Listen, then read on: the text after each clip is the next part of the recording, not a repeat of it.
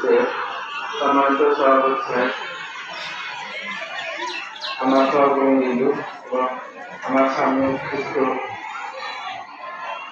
আমাদের সবচেয়ে প্রিয় মা এবং সকল পরিবার সালাম, আসসালামু আলাইকুম। আমার পূর্ববর্তী বক্তা যারা সেলিম সাহেব অনেক কথা বলেছেন আমাদের নতুন কারিগরের ব্যাপারে।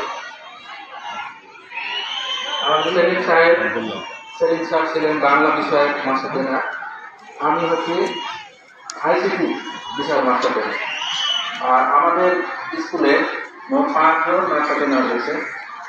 তো বিষয়টা হলো যে মাস্টার ট্রেনার থাকা আর না থাকার কোনো কথা না, কথাটা হচ্ছে আমাদের গতানুগতিক যে লেখাপড়া ছিল।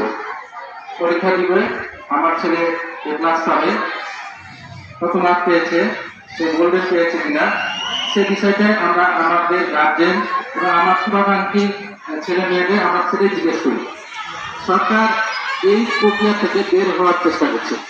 আপনারা রিসেন্টলি জানেন হয়তোবা, আপনাদের যে 5ম শ্রেণীর যে ছেলে মেয়েগুলো আছে, যেমন আমার ছেলে 5ম শ্রেণীতে পড়ে, কি হয়েছে কিছুদিন আগে বলা হলো যে বৃত্তি পরীক্ষা হবে। হঠাৎ করছে বৃত্তি পরীক্ষা হবে না।